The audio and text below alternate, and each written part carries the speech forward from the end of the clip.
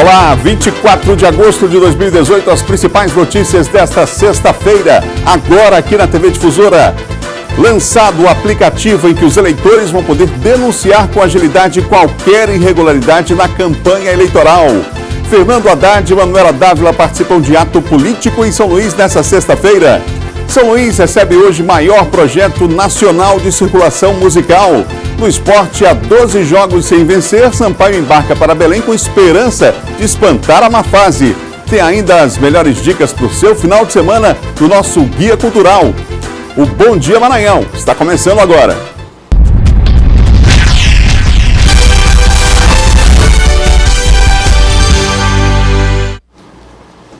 São 7h01, um ótimo dia para você que nos acompanha em todo o estado aqui pela TV Difusora. A informação na velocidade que você precisa para começar bem o dia aqui no nosso Bom Dia Maranhão. Hoje um programa de sexta-feira, já as dicas para o seu final de semana para dar aquela relaxada. Tem Silvan Alves falando de segurança, tem John Coutrinho, os bastidores da política. Daqui a pouquinho para você, já nós vamos voltar a falar sobre eleições 2018, mas a gente abre o programa hoje falando exatamente sobre esse assunto. Porque já está disponível um aplicativo para que os eleitores possam denunciar irregularidades nas campanhas eleitorais. Você pode fazer denúncia, por exemplo, pelo seu smartphone. Quem tem os detalhes sobre o assunto é o Eduardo Ericeira. Ô Eduardo, a tendência é que a gente tenha um volume grande aí de... A gente espera que não, né? Mas que a tendência é que a gente tenha um volume grande de informações chegando e lógico que elas vão ser checadas, apuradas para constatar a sua veracidade ou não, né? Bom dia.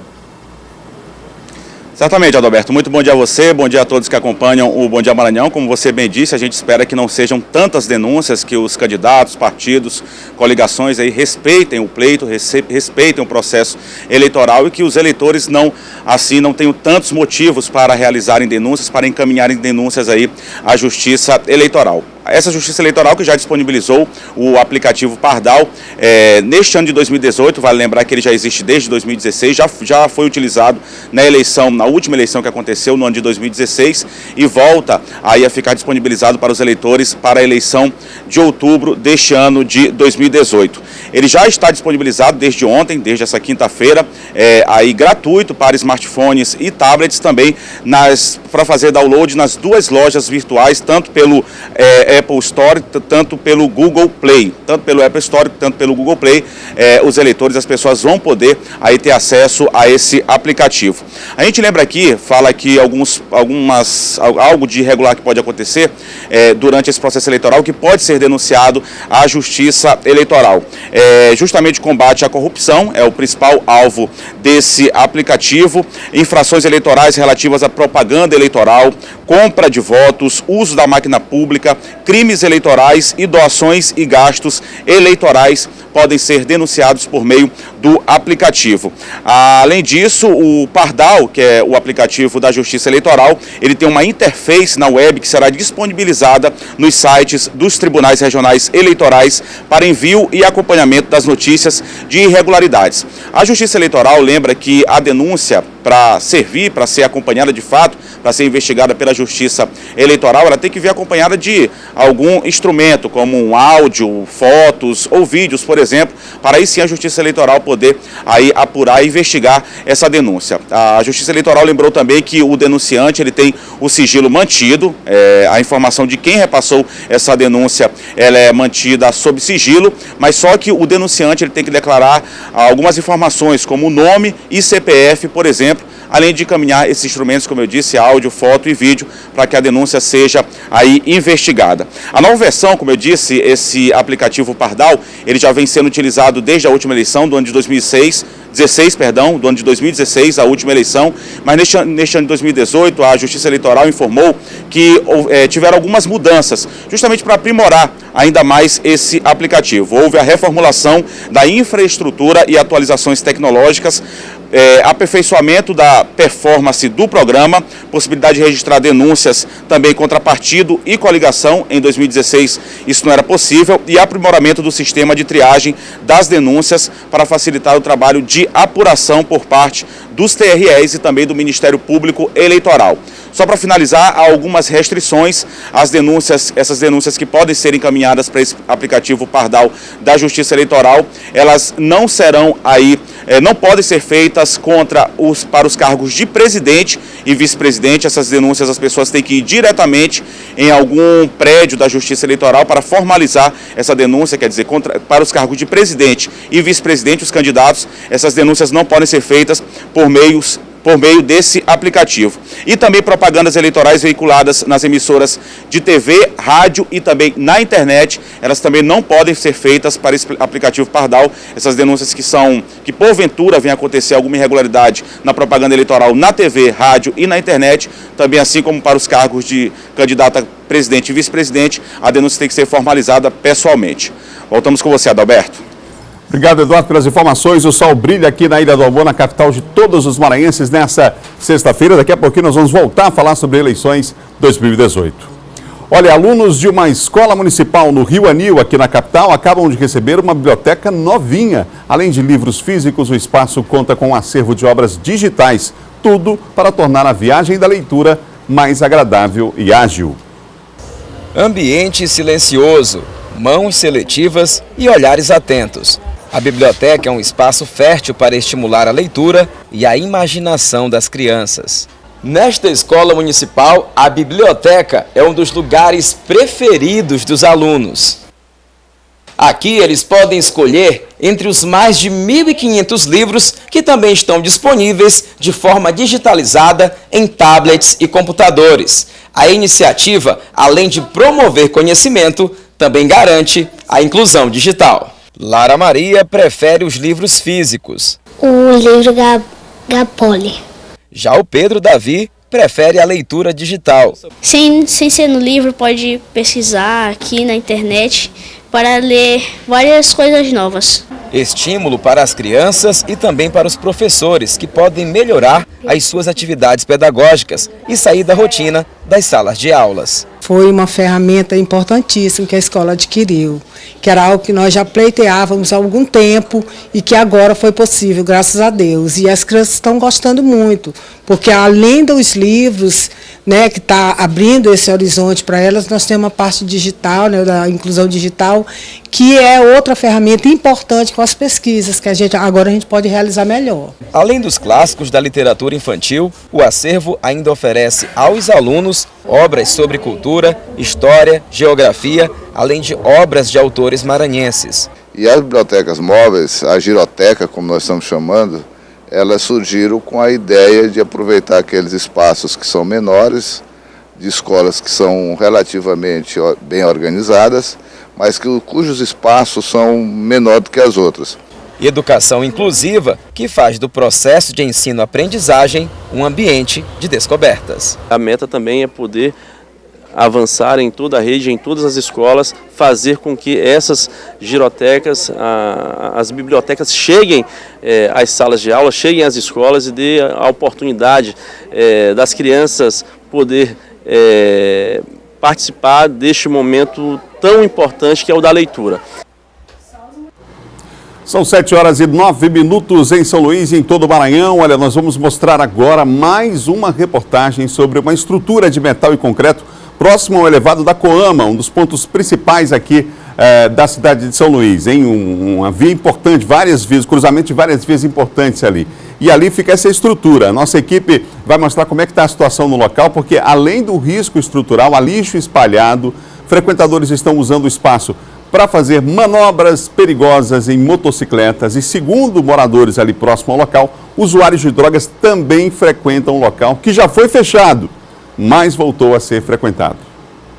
Logo na entrada, sinais do abandono. Não há portão nem placas que proíbam a entrada de pessoas. O alambrado, que deveria proteger o terreno, está quebrado e enferrujado. Um risco também para a saúde dos pedestres. Nós deveríamos ter aqui placas de sinalização dizendo que a propriedade é privada, impedindo a questão da acessibilidade. A própria vedação dela deveria ser refeita, porque a gente encontra vários pontos aí que tem vulnerabilidade para a questão do acesso. Então o ambiente é extremamente vulnerável e, como já foi dito, cabe ao proprietário arcar com a questão da segurança global de sua edificação. No caminho, muito mato, esgoto e água parada. Problemas observados e já relatados outras vezes pela Defesa Civil e que se agravam à medida que nos aproximamos do prédio. Aqui no pavimento térreo já é possível observar alguns problemas, tanto no teto, como esses vergalhões que estão aparecendo, quanto também no chão, como esse vão que fica aberto, possibilitando com que as pessoas que circulem por aqui possam cair. Também essa barreira de tijolos que foi construída para impedir que as pessoas pudessem subir a outros andares do prédio foi destruída. Assim, elas têm acesso pela escada. As falhas estruturais estão por todos os lados e evidenciam a falta de uma manutenção preventiva e corretiva. Há também lixo acumulado no subsolo do prédio. Subindo para o primeiro andar, encontramos esses dois homens conversando. Um deles, que se identificou à nossa reportagem como Marco Aurélio dos Santos, disse que está morando no esqueleto há 10 meses. Ele confirmou que muitas pessoas passam pela construção. Não tem lugar e foi a única solução que eu, para não morar na rua, não viver por debaixo dos viadutos, eu vim morar para cá. Frequenta muita gente, tem uns meninos das motos aí que vêm fazer os treinamentos deles, tem outras pessoas também que vêm tirar foto aí, vêm sobrar para cima, mesmo só para ficar olhando. Vídeos que circulam pela internet mostram motoqueiros utilizando a pista do terreno para fazer manobras perigosas na área, enquanto a construção inacabada é utilizada para a prática de atividades como rapel. A área, que também vem ganhando notoriedade pelos casos de mortes, está interditada pela Defesa Civil. Nós temos diversos riscos associados, principalmente devido à idade construtiva da edificação, à falta de manutenção preventiva e corretiva dos seus elementos construtivos. Então, no caso, essa questão da segurança da edificação e de todos os problemas correlatos que podem ser utilizados para o entorno é de responsabilidade do proprietário. Sobre a vistoria da Defesa Civil, o DI Hospital, responsável pelo imóvel, esclareceu que tem tomado medidas no sentido de coibir ações indevidas no local em questão. A limpeza da área é feita de 3 em 3 meses. Já estava programada, segundo eles, para a próxima semana a instalação de uma cerca no terreno, juntamente com a realização de rondas por equipes de segurança. O hospital reforçou ainda que se coloca à disposição para qualquer outro esclarecimento. Confira agora o nosso giro de notícias. A Delegacia de Meio Ambiente de São Luís divulgou o resultado das investigações do atropelamento de 2 cachorros semana passada em um bairro aqui da capital. 9 testemunhas foram ouvidas, confirmando que os pastores alemães teriam atacado um outro cachorro e a enfermeira da empresa maranhense de serviços hospitalares, Ana Gisele Atan, ajudou a evitar o ataque. A enfermeira informou que não teria visto os cachorros na frente do carro no momento do atropelamento, que ocorreu dia 14 de agosto. No atropelamento, uma cachorra morreu e um cachorro sobreviveu. Imagens de câmera de segurança mostraram o momento em que Ana Gisele atropelou os 2 cachorros da raça pastor alemão. O funcionário público municipal Cláudio Sanches Barros, conhecido como Croma, foi preso pela Superintendência Estadual de Repressão ao Narcotráfico no bairro do Araçagi. Com ele, a Senarc apreendeu meio quilo de cocaína, sendo um tablete da droga e 8 papelotes. A prisão aconteceu após denúncias anônimas. Já o entorpecente foi encontrado no interior do veículo dele. Cláudio Sanches já responde processo por homicídio. Vamos lá, são 7 horas e 14 minutos, 7h14, você ligado aqui no Bom Dia Maranhão. Vamos falar de segurança?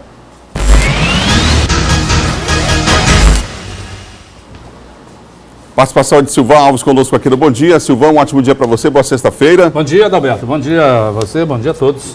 Silvão, chama a atenção, a gente falou agora há pouco desse caso envolvendo um servidor público, né? Que foi preso. A Secretaria Municipal de Urbanismo e Habitação informou que está aguardando as investigações para tomar as devidas providências também, né, no âmbito do serviço público. Mas, enfim, chama a atenção. Claro, lógico. Esse ponto lá, de acordo com as investigações da Senarc, é um posto de gasolina e lá no pátio desse posto de gasolina, ali naquele setor onde houve a ampliação da MA 204, a estrada do Araçagi, estava virando um ponto de venda de drogas no período da noite. Esse funcionário, Cláudio Sanches, mais conhecido como Croma, ele já vinha sendo acompanhado. Fizeram o acompanhamento dele e acabaram conseguindo prendê-lo com balança de precisão, essa quantidade de drogas, enfim, o que caracterizou o tráfico de drogas e, consequentemente, legalizou a prisão dele em flagrante. A Secretaria agora aguarda, Adalberto, que é um trâmite perfeitamente normal, a comunicação que deve ser feita hoje pela Polícia Civil, a Secretaria, dizendo da prisão, informando da prisão dele em flagrante, que ele está preso autuado em flagrante, e aí sim é que a Secretaria começa a abrir um procedimento administrativo, né, por se tratar de servidor público, funcionário público, então ele vai passar a responder um processo administrativo diante desse comunicado. Já de imediato, né, já está determinado o afastamento dele das funções, por ser servidor público, e também, né, a Secretaria de Urbanismo diz que não compactua com nenhum tipo de comportamento de qualquer que seja o funcionário que venha a comprometer, né, o bom andamento do serviço público e os serviços prestados à população pela Secretaria. A partir do momento dessa comunicação, se tem 30 dias para o andamento desse processo administrativo, que pode, inclusive, resultar na exoneração desse servidor, dos quadros de servidores públicos, a bem do serviço público. Qual foi o outro assunto que você destacou no Bandeira 2 de hoje? Teve um sapatinho lá em Pedreiras, lá na cidade de Pedreiras, que é aquele que os bandidos, esse tipo de crime, geralmente a cidade não percebe, que vão à casa do gerente, lá no caso foi o tesoureiro do Banco do Brasil, a família dele passou por maus momentos, quando os bandidos renderam ele e levaram até a agência do Banco do Brasil, mantiveram a filha dele e a namorada durante algumas horas como refém num povoado, dentro do mato, enquanto ele ia com outra parte do grupo e ia até a agência. O que foi que aconteceu? O vigilante da agência percebeu, achou aquele estranho, né? Ele chega acompanhado de pessoas estranhas e tal, ir direto para o cofre. Ele suspeitou e ligou, informou a polícia civil, informou a polícia militar. Daí começou a frustrar o plano que tinha sido feito pela quadrilha para roubar o dinheiro do cofre. Resultado, eles tiveram que fugir, não levaram o dinheiro e a polícia libertou os reféns, no caso, a namorada e a filha do gerente, que passam bem. Obrigado, Silvano. Bom final de semana para você. Bom dia a todos, um ótimo fim de semana. São 7 horas e mais 17 minutos. Olha, faltam poucos dias para encerrar o prazo de vacinação contra o sarampo e a poliomielite, mas até agora a meta da campanha ainda não foi atingida. O Daniel sofreu um acidente de moto quando tinha 11 anos. Como sequela, perdeu o baço, órgão importante na defesa do organismo. Desde então, ele precisa manter a carteira de vacinação em dia para ficar sempre imunizado. No caso, a vacina ela é importante para todo mundo, né? A gente sabe que nos dias de hoje, com essa vida corrida que nós temos, ser pego por uma doença ou por qualquer tipo de enfermidade que vem gerar impacto no teu dia a dia, vai gerar uma série de transtornos no trabalho, no teu estudo. Só que a disciplina do Daniel na hora da vacinação não tem sido a mesma de boa parte da população. A importância da vacina para a saúde não é de hoje. Há muito tempo são realizadas campanhas permanentes para a imunização contra uma série de doenças. O problema é que cada vez menos pessoas têm participado.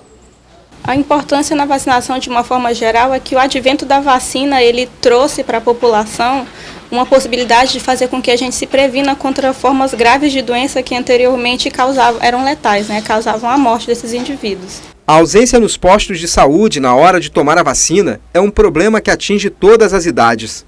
Até o momento, a campanha de vacinação contra polio e sarampo no Maranhão, que tem como meta imunizar 95% das crianças de 1 a 5 anos, alcançou apenas 56,6% do público.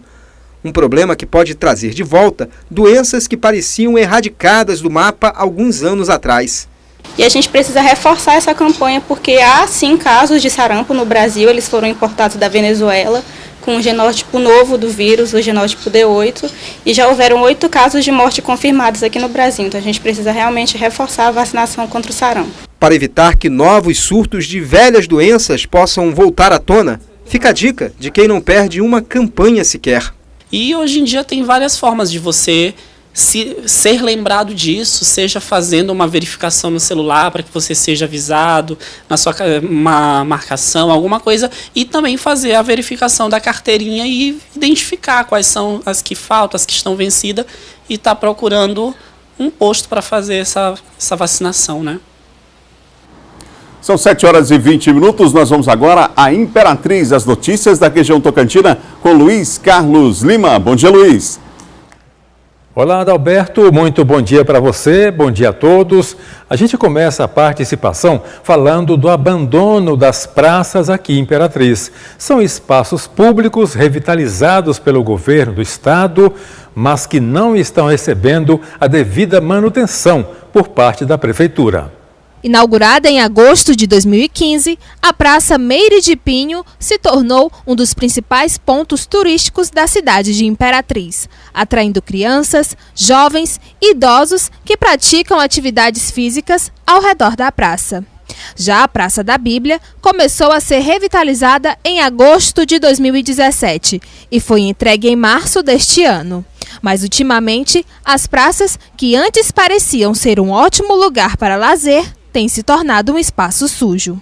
A sujeira, ela sempre vem, né? Mas tá um pouco, assim, esquecido. A Praça da Bíblia, por exemplo, foi revitalizada há quase 6 meses e neste curto período de tempo já apresenta sinais de descaso. O lugar que deveria ter água limpa e em movimento está coberto de lixo, uma verdadeira exposição de falta de zelo e pouco caso. A praça está sem atenção deles, né? Porque eu tá vendo aí, tá tudo sujo. A Secretaria de Infraestrutura é a responsável pela manutenção das praças que foram revitalizadas há pouco tempo pelo governo do estado. Cabe à prefeitura fazer a conservação dos logradouros públicos.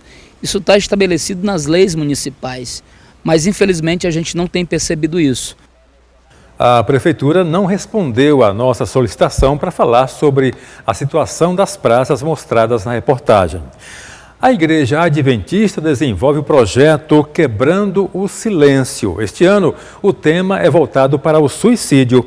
As atividades vão até sábado com uma vasta programação. A ideia é trabalhar a orientação sobre causas do suicídio e formas de prevenção. A iniciativa é da Igreja Adventista, que realiza desde 2002 produções de materiais com ênfase nas ações ostensivas em vários países. Essa ideia de falar sobre o Quebrando o Silêncio é, de fato, levar a cada um a consciência sobre um tema importante.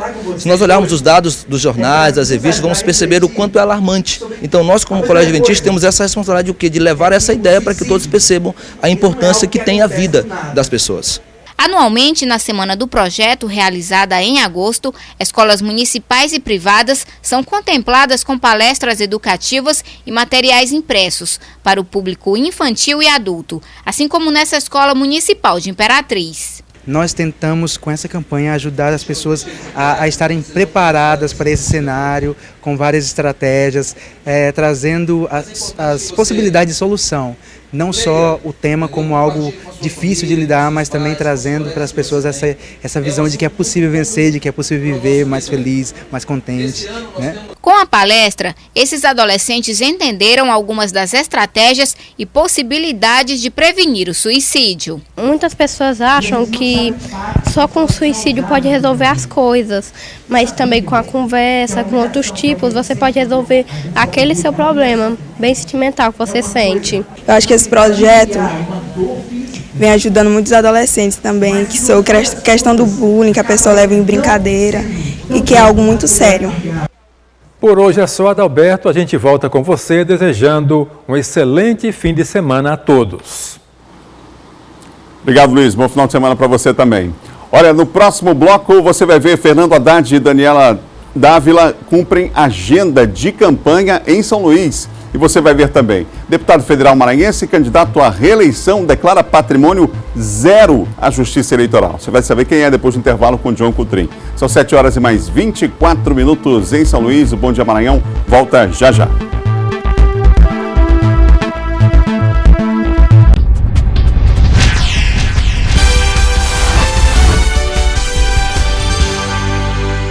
São 7 horas e 27 minutos nessa sexta-feira e você ligado aqui no Bom Dia Maranhão. Olha, o programa Resenha segue a agenda de entrevistas com os candidatos ao Senado Federal que vão disputar as eleições deste ano no estado. A entrevistada desta quinta-feira foi a candidata pelo PPS, Elisiane Gama. A candidata chegou à TV Difusora acompanhada por assessores. Ela falou sobre a importância dessas entrevistas para ajudar os eleitores em suas escolhas. Os meios de comunicação de massa, eles são um instrumento para a gente falar de forma muito mais rápida com o eleitor.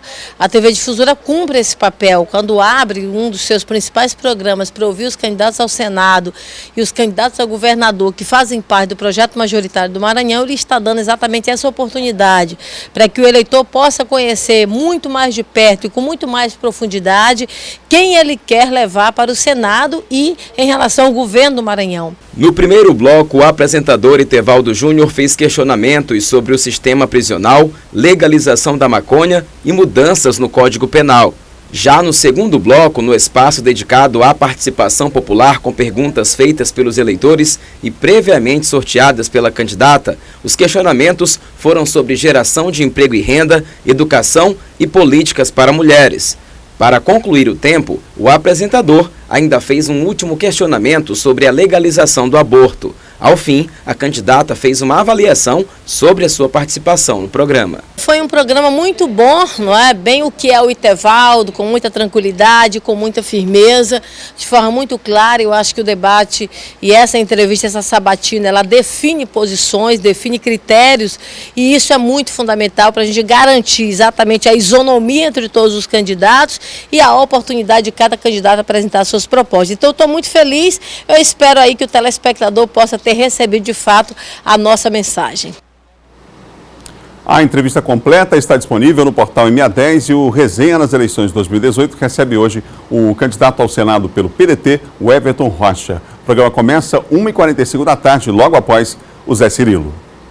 Olha, a partir do próximo dia 31 de agosto começa a propaganda eleitoral gratuita no rádio e na TV. É pelo horário eleitoral que os candidatos apresentam ideias e propostas que serão implementadas caso sejam eleitos para os cargos que disputam vaga.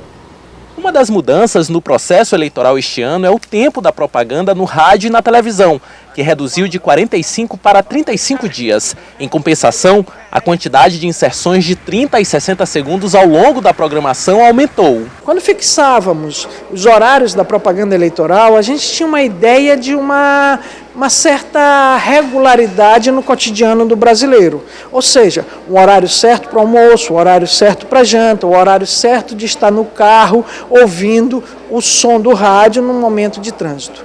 E isso não é mais uma rotina. Você sabe que hoje tem pessoas que almoçam em horários diferentes, param na frente da televisão em horários alternativos, e isso prejudicaria a disseminação e a divulgação do nome dos candidatos. O horário destinado à propaganda é de extrema importância, já que por meio deste espaço é possível conhecer as ideias e propostas dos candidatos. A eleição ela tem um rito e a campanha eleitoral ela é parte desse rito, né? Então, quando a pessoa desliga a televisão, ela está se recusando a se informar.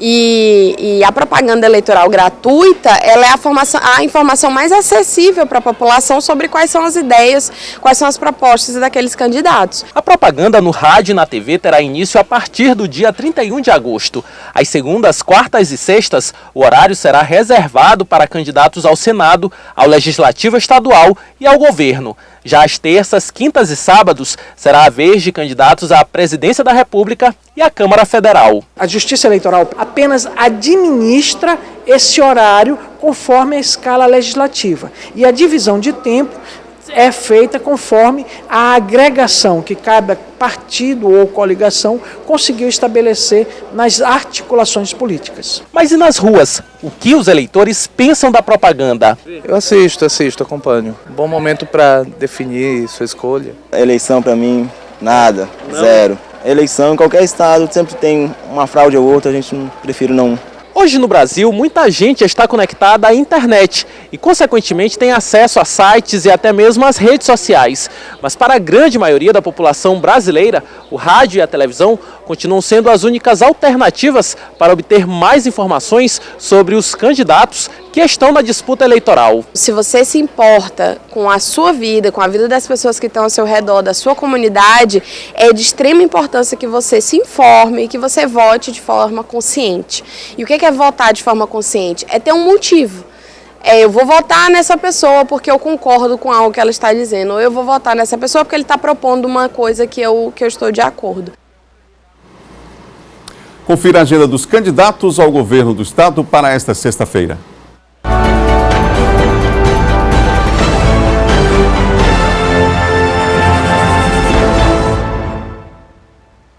Odívio Neto visita pela tarde Alto Alegre do Maranhão. Rosiana Sarney cumpre a agenda de campanha em Cantanhede, Matões do Norte, Axixá, Rosário e Icatu. O candidato Flávio Dino participa pela tarde de caminhada em Vargem Grande e pela noite de carreata em Chapadinha.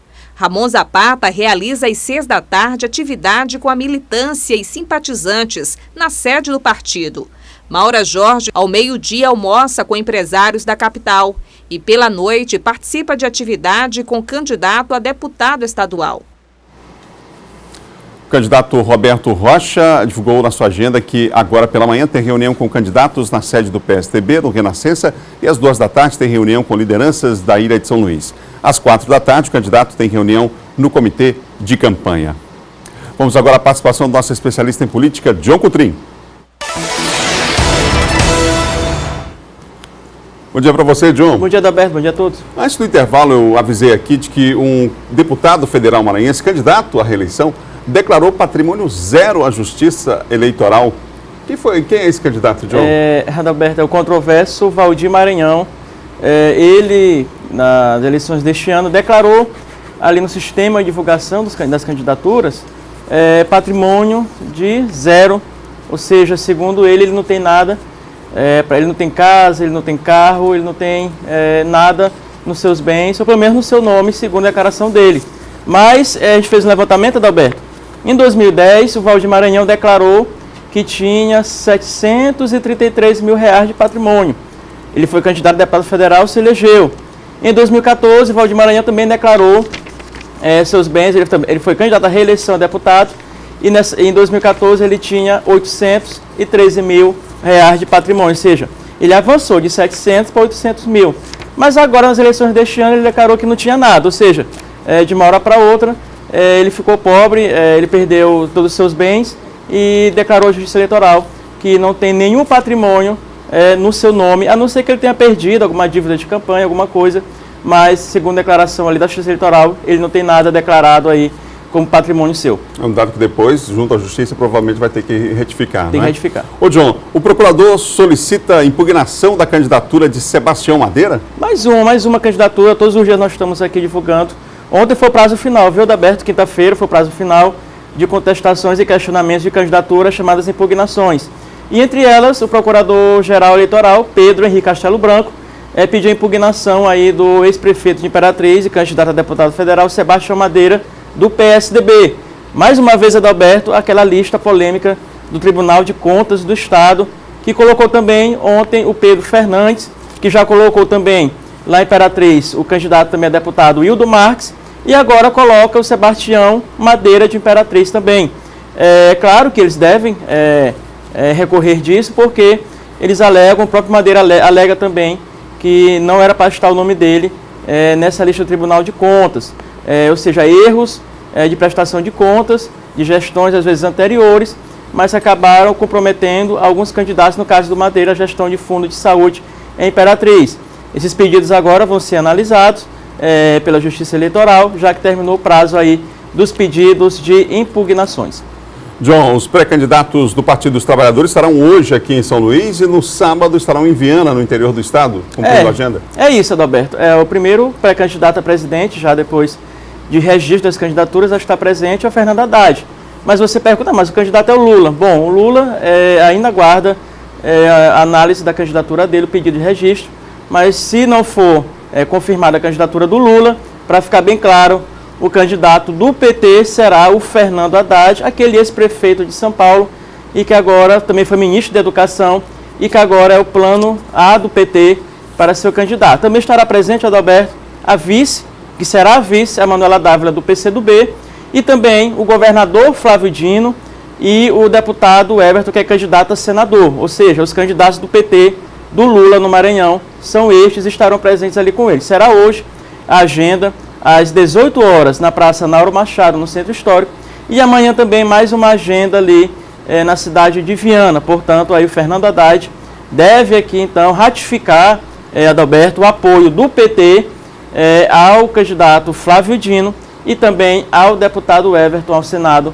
essa agenda do Fernando Haddad no sentido aí, digamos assim, ganhar capilaridade no Nordeste, porque o povo ainda não sabe, a população, que o candidato do PT será o Fernando Haddad, o candidato do Lula será o Fernando Haddad. Ô John, está marcado o julgamento do Bolsonaro, o julgamento no Supremo Tribunal Federal, que o Bolsonaro pode virar réu aí por racismo? Exatamente, o ministro Marco Aurélio Mello, ele aceitou um pedido para colocar na pauta um julgamento contra o pré-candidato a presidente, o candidato a presidente Jair Bolsonaro, por crime de racismo, isso mesmo. Numa palestra que o Bolsonaro deu em abril deste ano, ele fez ofensas graves a Adalberto, a quilombolas, a mulheres, a refugiados, a indígenas, inclusive disse que eles não faziam nada e não serviam nem para procriar. Então isso foi feita uma denúncia contra ele e na terça-feira já deve ser levado para apreciação da primeira turma do Supremo Tribunal Federal, composta de 5 ministros. E aí ele pode, como você falou e frisou bem, virar réu devido a essas declarações e polêmicas do Bolsonaro. Mais uma, ele que já disse, Adalberto, que não participará mais dos debates de TV. Vamos ver se ele muda de opinião. Ele fala uma coisa no dia e no outro ele já mudou de opinião. Vamos aguardar. Obrigado, John. Um ótimo dia para você. Bom final de semana. Obrigado, Alberto. Daqui a pouquinho, o deputado Everton também, no ponto e vírgula, às 6 da tarde na Difusora FM. Um abraço. Obrigado, John. 7h39, você ligado aqui na Difusora. No próximo bloco, vamos falar de esporte. O Sampaio segue confiante para Belém do Pará. O objetivo é encerrar aí, né? Essa sequência de 12 jogos sem vitória já deu aí para o Sampaio, né? E mais, São Luís recebe hoje o maior projeto nacional de circulação musical. Nós voltamos já, tem o nosso guia cultural também. Instante só.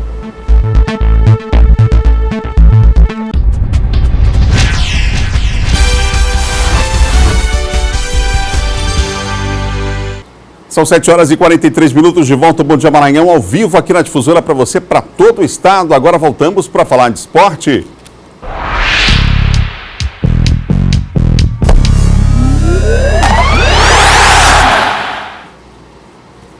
Laércio Júnior, Sampaio Correia já na estrada, podemos dizer assim, né? Já voando. O voo meio maluco, né? Para ir para Belém tem que ir em Brasília, enfim, mas faz parte do jogo. Pois é, saiu daqui ontem o Sampaio 6h10 da tarde. 6h10 da tarde. Normal, um voo de 45 minutos para Belém do Pará. Mas aí teve que ir lá em Brasília e só chegou na capital paraense por volta de 23h30, 11h30 da noite, né? Uma logística complicada, mas hoje o time tem todo o tempo para descansar, vai realizar um treinamento só à tarde no CT do Clube do Remo, que é o grande rival do Paysandu. Confira como foi a preparação final aqui em São Luís. O último treino antes da viagem para Belém foi realizado no Estádio Castelão. Lá se vão 12 jogos sem vencer. Com a palavra o comandante que assumiu a missão de livrar o Sampaio do rebaixamento. Paulo Roberto Santos falou sobre a possibilidade de contar com o meia Eloir. É um jogador que poderá estar na relação sim. Estamos aguardando aí ainda um comunicado oficial. Já era para estar inclusive no jogo anterior, mas acabou que as coisas não aconteceram da forma que nós esperávamos e estamos aguardando para esse jogo, mas tudo indica que ele reunirá condições para fazer parte do grupo. Outra vez o Sampaio pode ter novidades, mas o técnico Roberto Santos pode também, se quiser, pela primeira vez, repetir a formação do último jogo. Depois de uma boa atuação, mas sem vitória contra o Vila Nova, o time sabe que agora não adianta só jogar bem. Nós vamos jogar fora com a mesma determinação, com a mesma disposição do último jogo, onde não faltou dedicação, não faltou, como é que se diz, taticamente uma postura de uma equipe que quer vencer, até por tudo aquilo que a equipe criou durante o jogo, não aproveitou as oportunidades criadas, mas teve uma boa postura. É repetir a postura do jogo passado e estar um pouco mais concentrado no momento de definir as jogadas. Quem chegou agora, como é o caso do zagueiro Rogério, está tendo que acelerar todo o processo de adaptação. Afinal de contas, a necessidade de resultados é imediata. Temos que nos preocupar com o jogo contra o Paysandu e depois o CRB, mas precisamos vencer de qualquer forma. Sabemos que a situação é muito complicada, mas temos tudo para vencer. A equipe tem evoluído, tivemos uma atuação muito boa contra o Vila Nova, só faltou realmente o gol. Agora é pensar no Paysandu e tentar conquistar essa vitória, importante para a gente.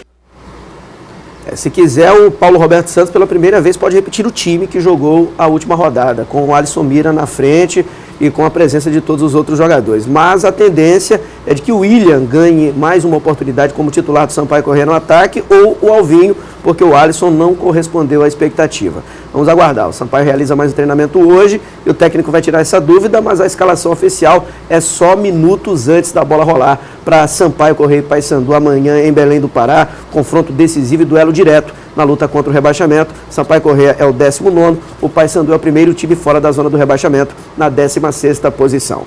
Quem se prepara para a próxima temporada é o Imperatriz. E para que a próxima temporada seja vitoriosa igual a deste ano, claro que o Cavalo de Aço aposta numa parceria com o seu maior patrocinador, o seu torcedor.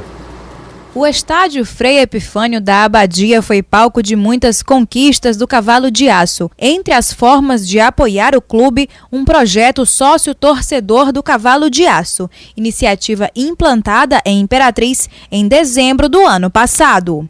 E você ajuda o time a pagar as contas, a pagar os jogadores, a se manter, a ter um centro de treinamento, ter um lugar para jogar, um lugar para treinar, um ônibus. Já são centenas de adeptos e na cidade são 3 torcidas organizadas. A ampliação do projeto já está nos planos da atual gestão, principalmente agora, levando em consideração a boa fase cavalina. Este ano, o time alcançou a Série C. Temos vários planos, diversos planos, que pode ser de 30 até o plano platina, que é justamente R$200. Hoje nós estamos com um diferencial, que é justamente o Clube de Vantagens, que o Clube de Vantagens, hoje, nós fechamos já uma parceria de, no total, 23 empresas e temos aí já outras empresas alcançando, né, o Cavalo de Aço abraçando essa causa. O programa, de acordo com a coordenação do projeto, ajuda o time a manter o nível de qualidade, destacando Brasil afora o futebol imperatrizense. A carteirinha pode ser feita no site www.novocavalodeaço.com. Pois é a nova fase do futebol maranhense. O Sampaio com a sua loja, o Imperatriz também, e o Moto que vai inaugurar a sua agora no próximo dia 14 na Avenida Beira-Mar, né? O torcedor maranhense tendo essa oportunidade de adquirir o produto do seu clube. Adalberto Melo. Bom final de semana, Laércio. Obrigado, até segunda-feira. São 7h48, 7h48. Olha, começa hoje no auditório da Escola de Música do Maranhão, Lilá Lisboa, a 20ª edição do Sonora Brasil, promovido pelo SESC. O Eduardo Aliceira tem os detalhes, projeto extremamente importante. Não é isso, Eduardo? Pois é, Adalberto, voltamos a falar ao vivo aqui do Bom Dia Maranhão. É o maior projeto nacional de circulação musical em formato de mostras musicais, como você disse, tendo início hoje, nesta sexta-feira, e seguindo até segunda-feira aqui na capital São Luís, no Anfiteatro Beto Bittencourt, ao lado do Odilo Costa Filho. Tem início hoje com uma apresentação de um quinteto de metais da Universidade Federal da Bahia. Ao todo serão 4 apresentações baseadas no tema Bandas de Música, Formações e Repertórios. Os conjuntos de câmara, como são mais conhecidas, melhor dizendo, essas bandas musicais já vêm de muitos anos, de séculos. Eles tiveram início ainda no século XVI, com apresentações em grandes castelos medievais para a nobreza, quer dizer, já vem de muitos anos, e tem 2 conjuntos de câmara aí mais tradicionais. Tem o quarteto de cordas, que traz em sua formação clássica 2 violinos, uma viola e um violoncelo, que foi a formação que mais se consagrou dentro desse cenário, e também tem um quinteto de metais tradicional, que é um conjunto de câmara que é formado por 2 trompetes, uma trompa, um trombone e também uma tuba, que são instrumentos que integram aí todas as orquestras sinfônicas. Vale lembrar que o objetivo aí do Sonora Brasil é justamente trazer de volta essa musicalidade que não é tão conhecida aqui no país, e aí acabou incentivando grandes repertórios, aí, vastos repertórios ao longo de anos. Lembrando que as apresentações acontecem aí no auditório da Escola de Música Lilá Lisboa, também no Anfiteatro Beto Bittencourt, ao lado do Odilo Costa Filho, de hoje até a próxima segunda-feira. Voltamos com você, Adalberto. Valeu, Eduardo. Bom final de semana. É hora de conferir o nosso Guia Cultural com Jéssica Lima.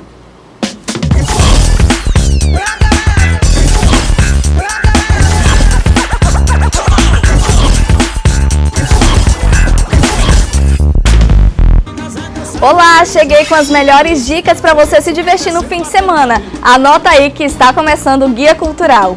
A preferência das meninas é dançar daquele jeito, a mão do sem medo, subindo e descendo. E as estreias nas telonas estão quentíssimas nesse fim de semana. Para quem gosta de filmes baseados em fatos reais, tem Escobar, A Traição, que se passa na Colômbia do ano de 1981 e conta a história do envolvimento de Pablo Escobar, um dos maiores traficantes de cocaína, e Virginia Vallejo, uma popular apresentadora de TV.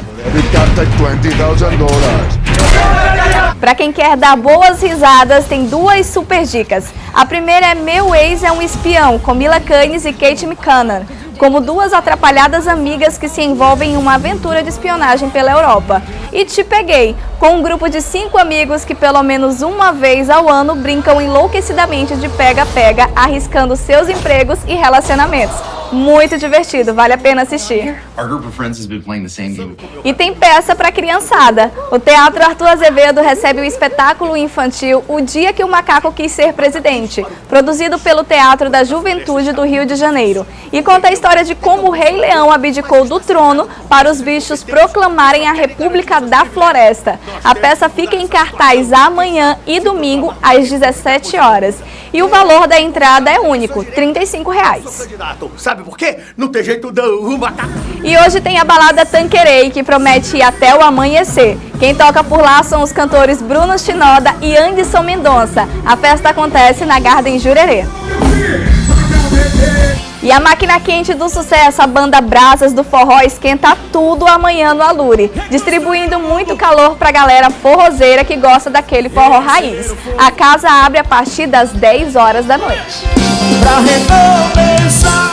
E fechando o fim de semana, tem uma domingueira diferente na Casa das Boas. É o Tô na Praia, que começa às 16 horas com o grupo Argumento, Bruno Shinoda, Willy Gomes e os DJs Rogério Bix e Thiago Rodrigues. A entrada é liberada até às 19 horas e fica ao lado do Vila Food, lá na Litorânea. Eu vou ficando por aqui. Espero que vocês tenham gostado das dicas de hoje. Até a próxima sexta. Tchau, tchau. A preferência das meninas é dançar daquele jeito, a mão doendo, sentando sem medo, subindo e descendo, batendo o cabelo. Para você, um bom final de semana. A gente se encontra na segunda, às 7 da manhã, aqui no Bom Dia Maranhão. Até lá. Reacender o fogo. Pra resolver.